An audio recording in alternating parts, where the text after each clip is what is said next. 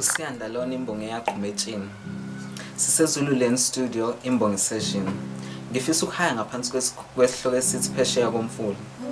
Nganami bengicela ungitholele isikebe. Nginesifiso sokwelela ngaphesheya. Kunemvubu egcwele indlela yekusasa lami. Esikoleni ngazama wacisha amakhandlela. Ngiyababona abafowazana ababezama ukungiphesha.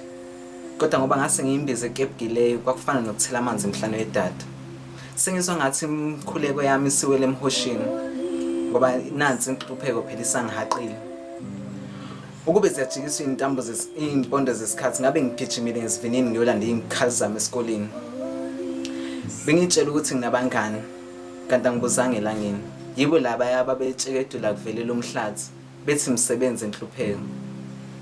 Njalo uma kusehlobo ngivele ngikhumbule ukuthi kunesithelo wami umzala angazivunanga ngami. Yebo sengiyazi ukuthi kusasa ngingaqhazi leli yababa.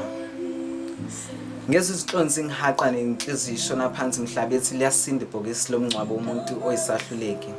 Zathi ziqhaqheka intambo zenhlupheko naqala nabiza umama umthakathi. Nathi mina ngiyufakazi. Akusasiza ukubhala inkondlo ngoba ikusasa lami liyasokwelisa. Lindizela phezulu emafini. Uciloko useshaya endukwini. Nami singiyakhona ukusineka kancane. Ngethembe seliphume nobomvu mama.